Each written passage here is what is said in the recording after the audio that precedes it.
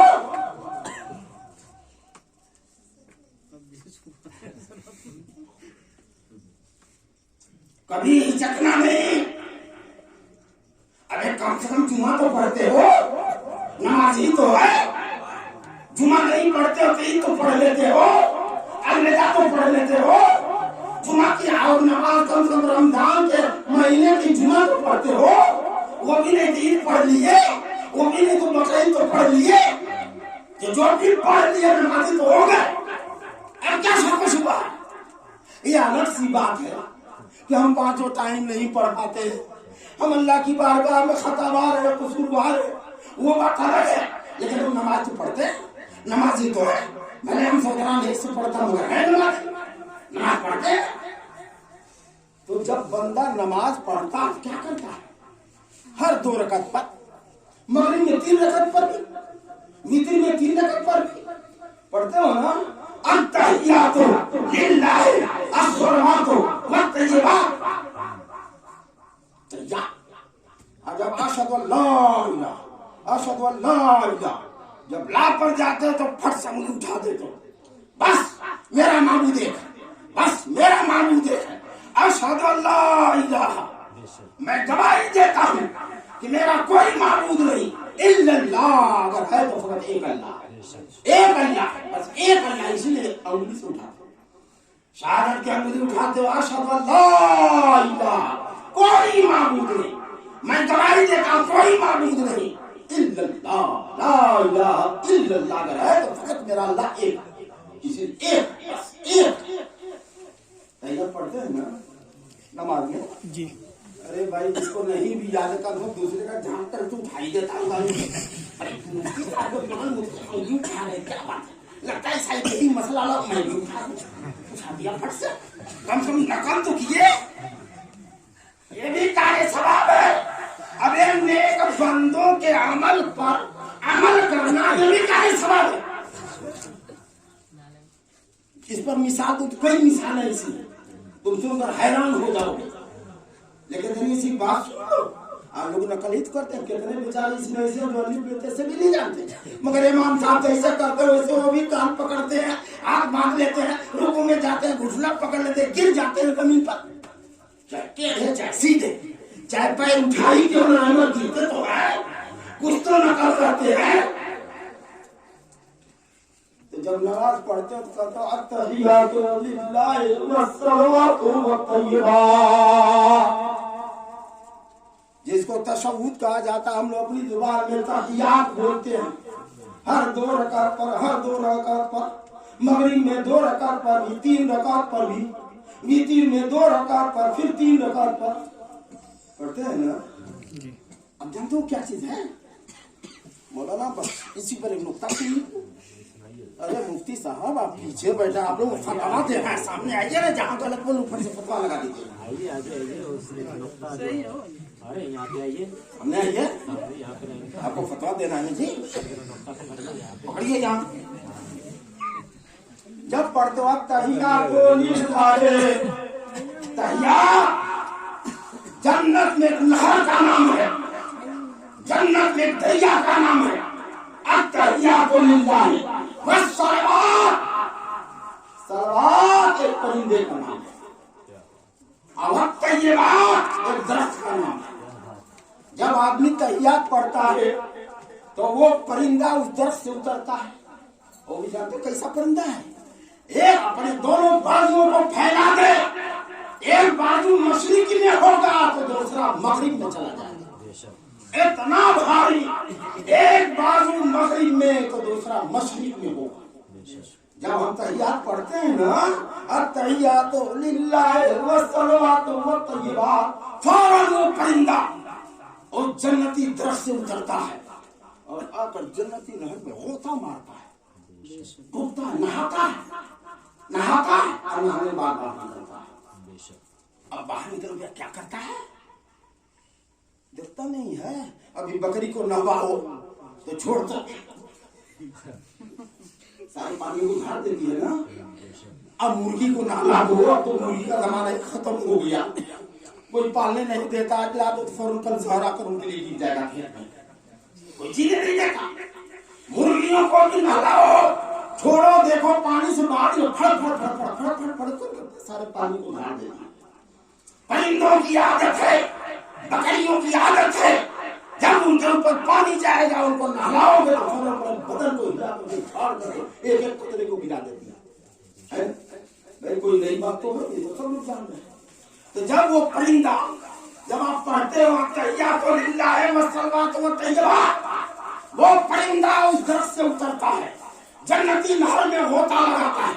غوطہ لگانے کے بعد اپنے بازوؤں کو ایک بازو مغرب میں ہے دوسرا مشرق میں جب وہ پھیلا کر کے جھاڑتا ہے تو اس کے بازو سے جتنے چھینٹے گرتے ہیں پانی کے چھوٹے بڑے جتنے بھی چھینٹے گرتے ہیں ہر چھینٹے کے شمار کے برابر رب تبارک و تعالی ایک نوری فرشتہ پیدا کرتا ہے. اب بتاؤ پوری دنیا کے مسلمان جب نماز پڑھتے ہیں تو کتنی بار تحیات پڑھتے ہیں. اب جب مسلمانوں کی صحیح گنتی نہیں ہے تو ہر 2 رکعت پر پڑھتے ہیں تو تشہد کی کیا گنتی کر پاؤ گے.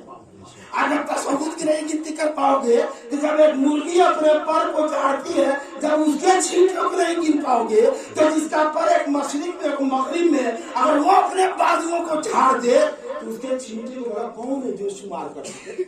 تو رب تبارک و تعالیٰ ان کے چھینٹے کے ایک ایک قطرے کے برابر گنتی میں ایک ایک نوری فرشتہ پیدا کرتا ہے. اور وہ فرشتے کیا کرتے ہیں فرشتے کرتے کیا ہے جس نے پڑھا تحیات للہ والصلوات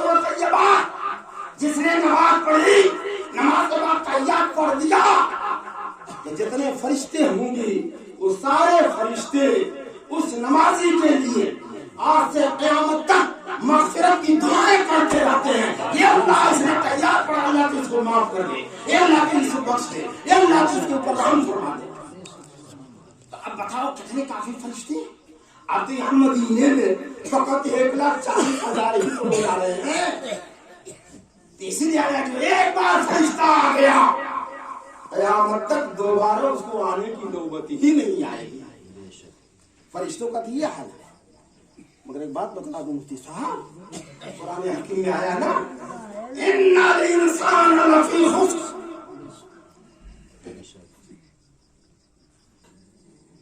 کیا ہے والعصر؟ کیا ہے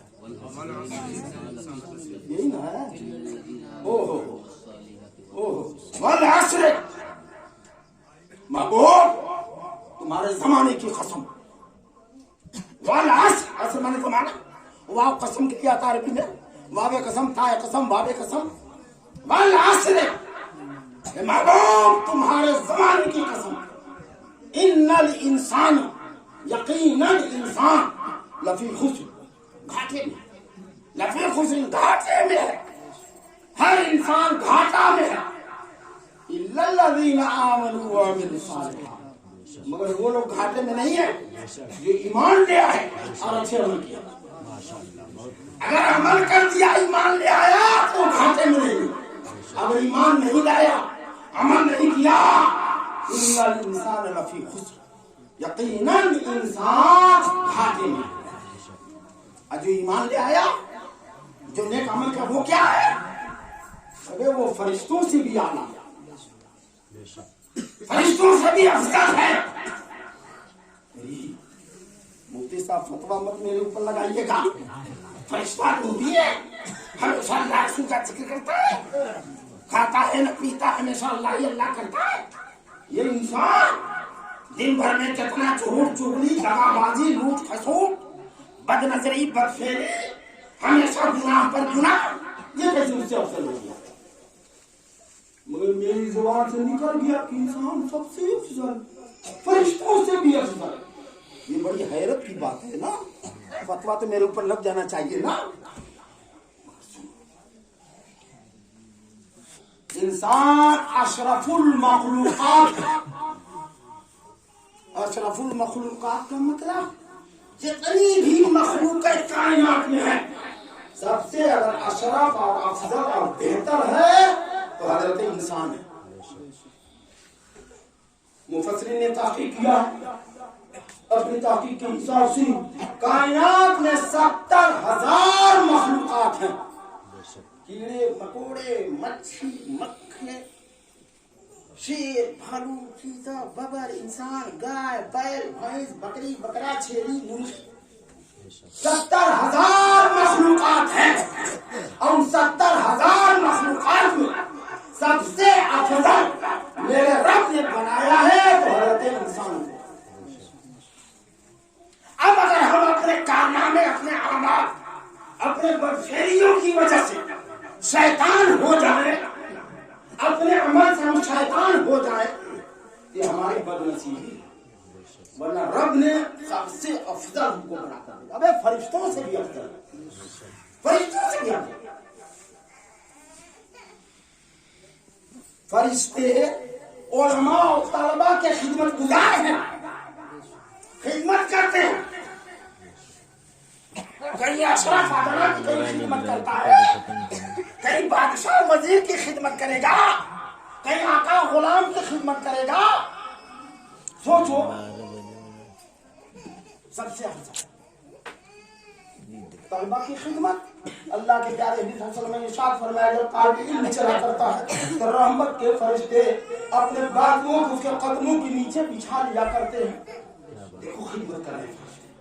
دوسری حدیث میں آیا جب طالب علم چلا کرتا ہے تو رحمت کے فرشتے اپنے بازوؤں سے اس کے سر پر سایہ کر لیتے ہیں. دیکھو